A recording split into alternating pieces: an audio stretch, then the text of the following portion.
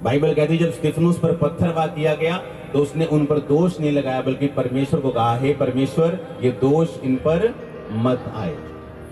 अब मालूम हो गया हम कौन सी स्पिरिट के हैं। ये हमारा काम है सुसमाचार देना कि प्रभु यीशु मसीह धर्म को बदलने के लिए नहीं, तेरे जीवन को बदलने के लिए आए, तुझे साफ करने के लिए आए, तुझे माफ करने के लिए आए, तुझे जीवन देने के लिए आए।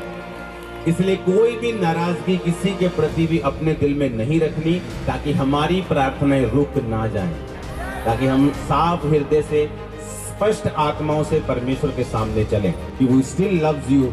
हम तुमसे अभी भी प्रेम करते हैं, सब विरोधियों को अभी भी प्यार करते और करते रहेंगे।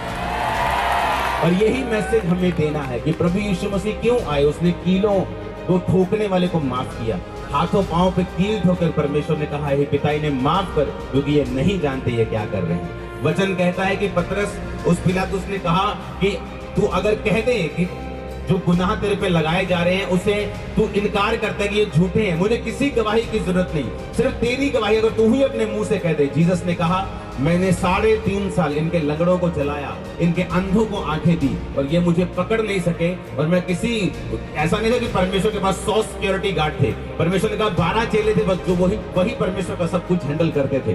परमेश्वर ने कहा, मैं अपनी मर्जी से इनके हाथ में नहीं आया, लेकिन अब मैं अपनी मर्जी से अपना प्राण देता हूँ, पर ये प्रूफ करने के लिए कि इन्होंने मुझे नहीं पकड़ा, मैंने अपनी मर्जी से अपने आप को पकड़वाया है। मैं तीसरे दिन मुर्दों में से जी उठूंगा।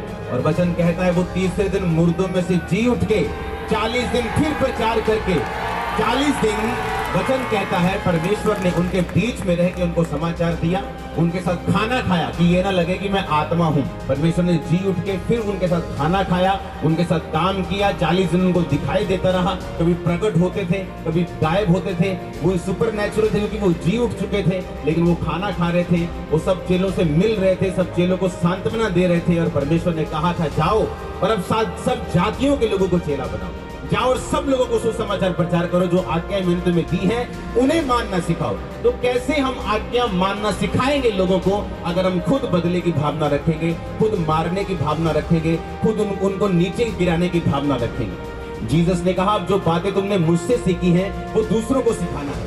आज हम प्रेम की आत्मा से चलेंगे और ऐसी अग्नि बन के चलेंगे कि सुसमाचार की अग्नि से कोई बच नहीं पाएगा।